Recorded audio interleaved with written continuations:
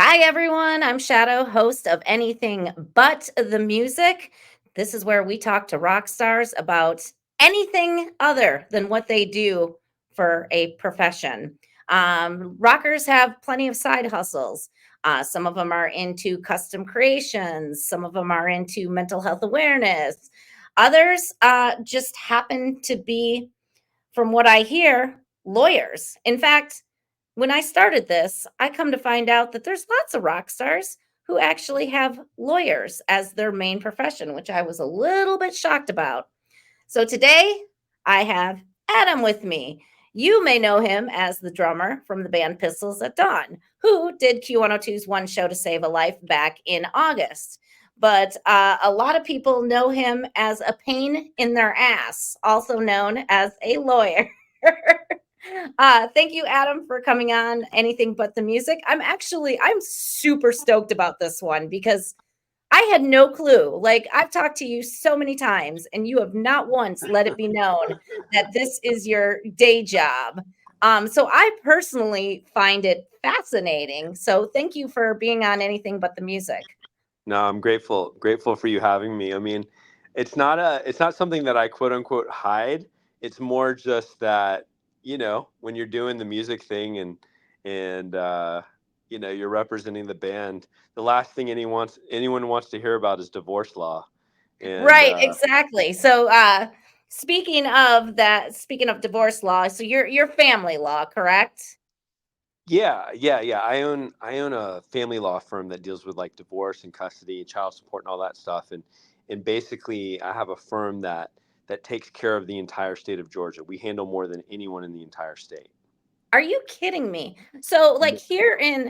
here in Springfield, we have a few like attorneys that you just kind of know who they are because of their marketing. You know, they're all over the place. Is Yeah. that kind of, would you say that's your firm, or just you're just word of mouth and everybody just knows? Yeah. We advertise more than anyone. Like we advertise on 20 television networks. We get 25,000 Google clicks a month. We do tons of advertising. And so the difference is that there are a lot of like smaller market lawyers throughout Georgia, but we actually advertise more than anyone in the entire state so that everybody knows us because we're the cheapest. We're like Costco or Sam's Club for lawyers. So when did you, and I'm trying to figure out how to phrase this question. Um when did you decide, all right, so you're a young Adam. Yeah. You know, you're trying to figure out what you want to do in life. You've probably started playing the drums. You've probably started thinking about other things. When did you kind of decide, you know what? I'm going to do both. Mhm. I scared the crap out of my parents.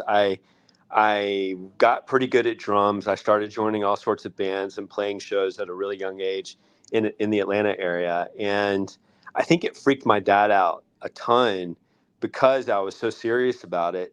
And I took 2.5 years. I had a teacher for 2.5 years, and I think it was the type of thing where he just kind of sat me down one day and he was like, "Listen, you can play the drums all you want. You can do anything you want." And this was when I was real little, or maybe like in middle school. He's like, however, you're going to need money to support yourself and probably to support the bands you work with. He's like, so you should plan on doing both until the time and where you can have the band pay for everything, and your entire life. We led a pretty good life growing up. We're very fortunate. I come from very fortunate, like all of my family members are law firm owners, and my father, stepfather, cousins, uncles, they all owned their own private law firms. And so everybody was like, "You have to be a lawyer," and I was just like, "Well, I don't think so." And it was more that I just it kind of ingrained in me that you kind of had to do both until one could pay for everything, if that makes any sense. Right, And right. and so And I that's kind mean, of that's what led me on the path. the chances of lawyer paying for a lot are a little bit higher than the chances of band playing paying for a lot. Yeah. That is an understatement. I mean, especially these days, I think if you don't have a side gig or a side hustle a day job until you have real dollars coming in from the music industry, which is extremely difficult these days. You have to be a unicorn band. Honestly, it's the Yeah. top 1% of bands in the world that are actually making money playing music. And you know, and with the way the music industry is set up these days, you have to have that thing. And so I was very fortunate that my dad basically sat me down and was like, "You're going to have this thing while you go do this other thing." And fortunately, it's worked out. I think what he didn't expect was that I would arrange it so that I would have a business to really where I could go play music full time.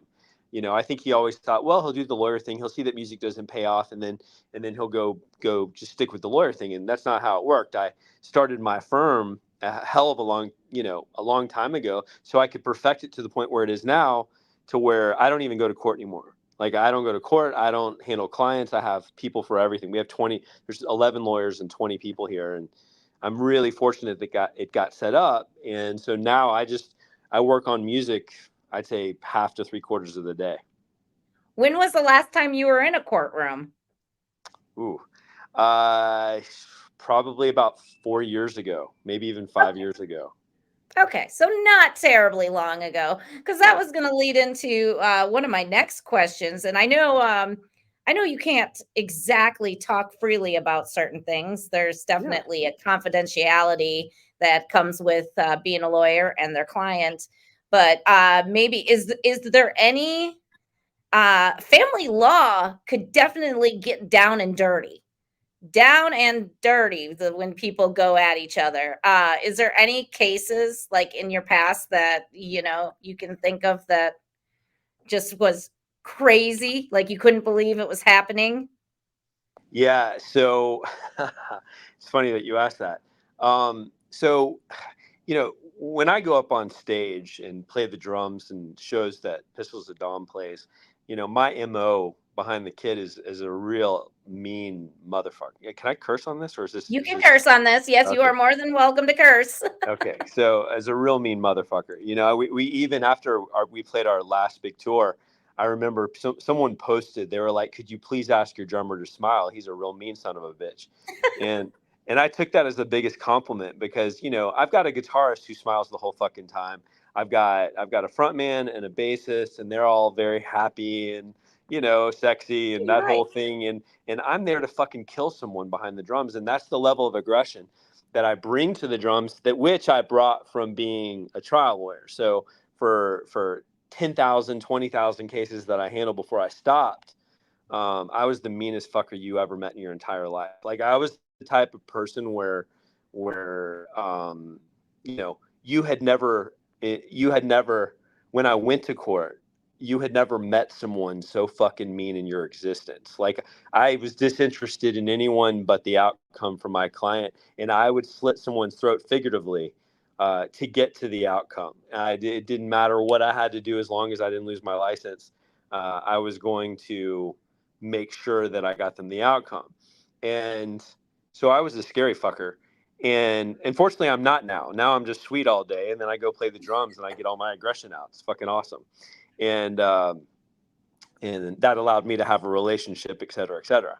And going back to a crazy case, I guess one of the craziest cases I ever had was I dealt with a couple that dealt with witchcraft, wickery, right? I don't know if Okay. you're familiar with Wiccans and witchcraft, but I represented a guy who was married to a Wiccan, a true witch, like practiced.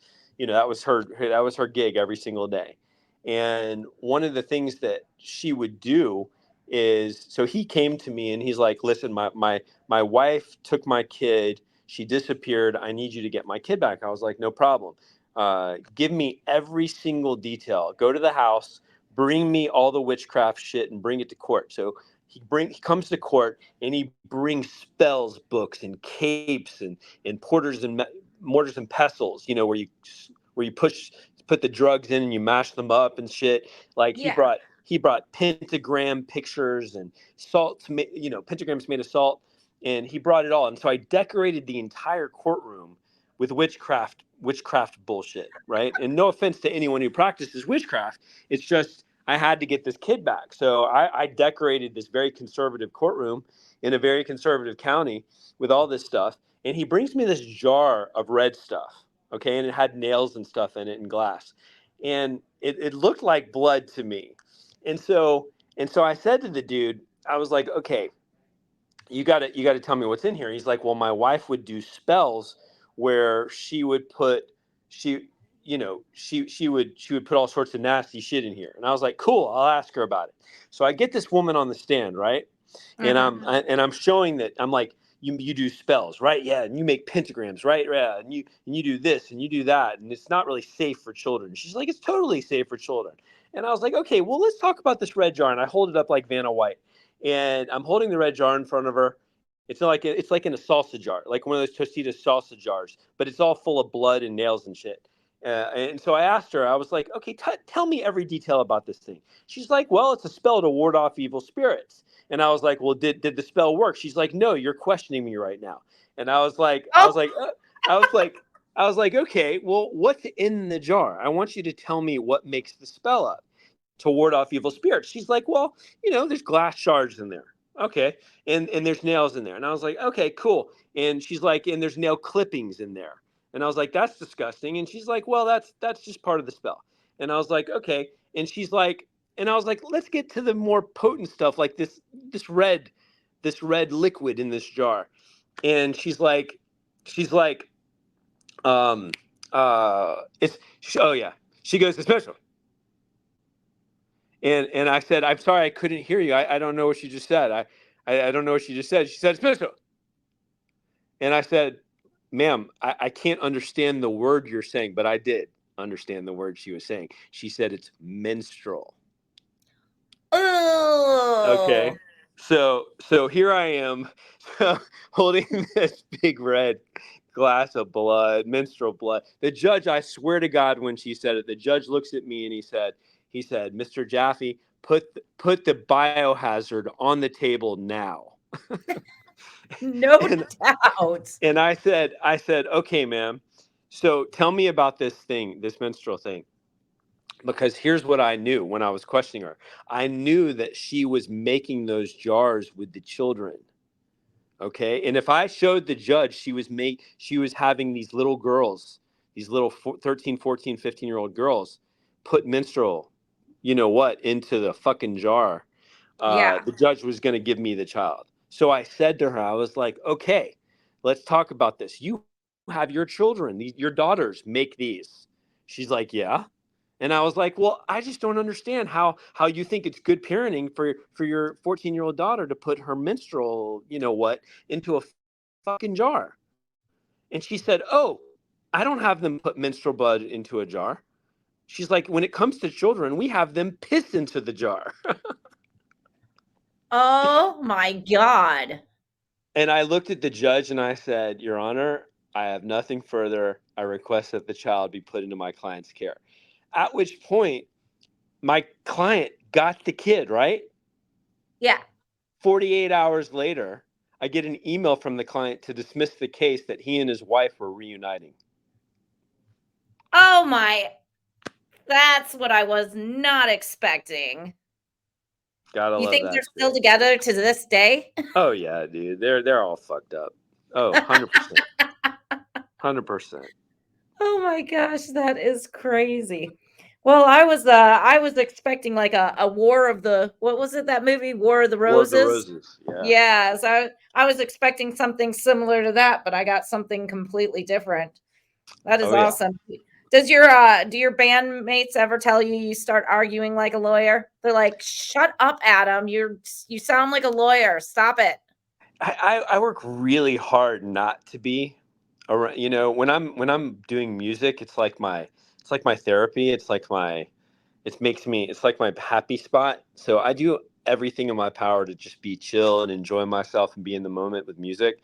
And but here's what ultimately happens.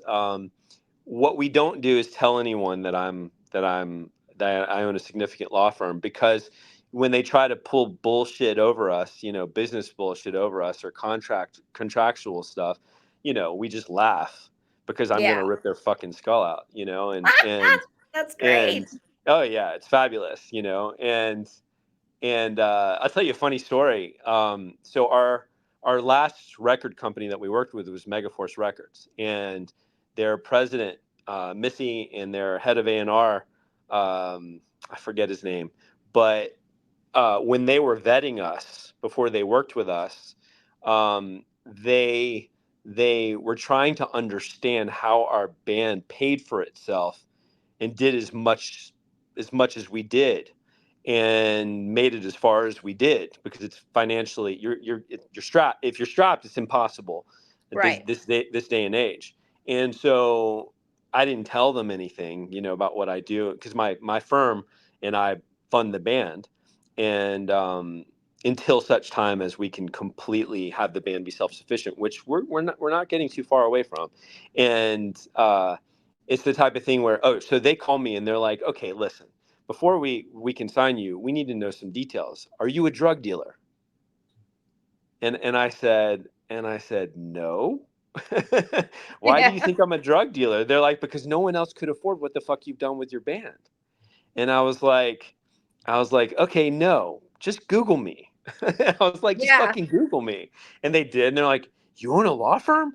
They're like, oh, fuck, that's worse. Now we're going to be in business with a fucking lawyer. And I was like, oh, shit. Now I'm going to lose the deal because they don't want to do business with me. But it was actually better because I actually speak business language. I'm not some Yeah. fucking idiot.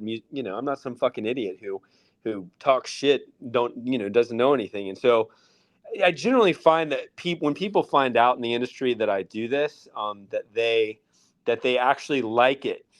9 times out of 10, it's because they want to ask me advice on how to get divorced, how to fight for custody, or otherwise. We were just in LA. We were just in these amazing sessions with some amazing producers and writers, and I swear to God, I was I was giving advice to one writer, right? I was giving advice to one writer, and throughout the entire course of the sessions, and I was finding lawyers for other people in the industry while I was in LA. I was having to find LA lawyers, for these people, and I mean, whatever. If that I rub their back, they rub my back. We get somewhere. Yeah. So Exactly. Well, I mean, like I said, I had no clue. And when I found out, I was like, oh, I was like, this is perfect for my podcast. I was like, bring them on. So, and I yes. think I'm enthralled with it. I think it's awesome. And I didn't even think about the aspect of like, you know, like business. You are not a dumbass, and you are not about to sign off on that contract before, you're the dude that actually reads the contract. I mean, You know? and I do, and and you asked me about my band members, and I don't think I answered that. I answered that somewhat, but they actually very much appreciate that they have the scary defender over here who's going to make sure that we don't get fucked financially and Yeah. or contractually, and it feels good in these types of situations or when the contracts come to know that I understand every aspect of it and that no one can really screw us, which puts us a little bit you know higher than some other bands who don't have a fucking clue. Right, right. All right, well, I wanna, dang it, I wish I would have snagged a picture of you on the drums, but I did want to just give people a peek, just a little Oh peek Jesus. of, Oh Jesus. "Look at this, look, he's so Uh, there you professional. go. I'm a yeah. He's That's my. The funny the thing is, don't you want to hear something don't funny? fuck with me lawyer." That's right. I mean, the funny thing is that was probably like one of the last times I ever wore a suit. I promised myself when I built the firm that could take care of me and what I do and my life and everything. I was never, as you can see, I'm in a t-shirt at work. Yeah. I was never going to put a suit on again ever, and I haven't. And unless someone gets married or dies, I'm never going to put the fucking suit on again. And that picture right there was taken literally like 6 years ago. Oh, Um, was yeah, because I am not getting enough. I mean, look at me in that picture. I mean, I'm not getting in a goddamn tie. I fucking burn my ties. I give the ties to my fucking dogs. Seriously. Well, uh, either way, bald men still are intimidating for whatever reason. I don't know what it is about bald men, but a Yeah. lot of people seem to think so. Now you got like a bald lawyer, and it's like, yep. Bring them on. Getting a divorce. I mean, it's cool. You can knock out you can knock out two things at once. You know, you get divorce Right. advice, and I'll lay down some tracks for you. It's perfect. There you And go. yeah, the bald thing definitely gets me places in law and in music. You know, I'm it's a menacing look. All I need is a fucking tattoo on the front of my head or on the side of my head or some earrings. You know, some pretty commanding earrings or something, and Yeah, like do what is it when they stretch their ears out? The yeah, yeah, I the forget big what it's thing. called. Yeah, yeah. Well, My chick. thank you so much for being on Anything But the Music. I have to congratulate you, man. I mean, you actually went into this whole thing very, very smartly. Smartly Thank is you. even a word. I mean, the fact that you got the education, you did the thing, and the thing can finance the other thing. It Yeah. actually works out perfect. You know, I think the biggest piece of advice I could give to any serious musician who wants to make it in the industry these days, you know, aside from winning the lottery in music, you know, you have to have that side gig. You have to have that side hustle. You have to have something that's gonna take the It takes the once you can take the stress out of making music, you can just make music and you can just tour and you can just be a part of big shows like playing when we played for you in Missouri and everything, at your charity show and everything. I mean, this is what makes it so rewarding for my band is that we don't have those pressures. Yeah. And you know, believe me, I intend to have the money back in my pocket that I've invested, and I look forward to that this year.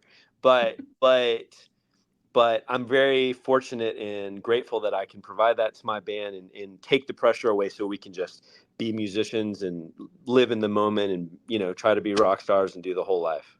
So I'm grateful. I'm grateful to you for having me today and telling my interesting secret. And anytime any of your listeners need some advice and I'm in Missouri, man, come on by. There you I'll sign go. an autograph and tell you how to get divorced or fight for your children.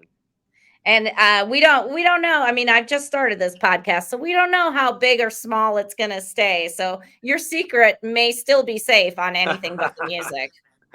So, Awesome. all right. Thank you so much, Adam. Thank you.